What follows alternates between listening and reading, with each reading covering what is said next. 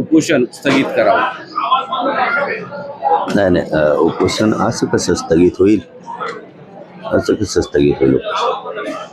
त्यांनी जाहीरपणानं मुख्यमंत्री साहेबांना, फडणवीस साहेबांना जाहीरपणानं इथं प्रत्यक्ष त्यांचे कोणी लोक पाठवून प्रत्यक्ष सांगावं की किती दिवसात सगळ्या सोयरीची अंमलबजावणी करायलेत, का लगेच करायलेत. हे दोन प्रकार आहेत. किती दिवसात करायलेत का लगेच करायले. गुन्हे किती दिवसात मागं घ्यायलेत, कोणते घ्यायलेत.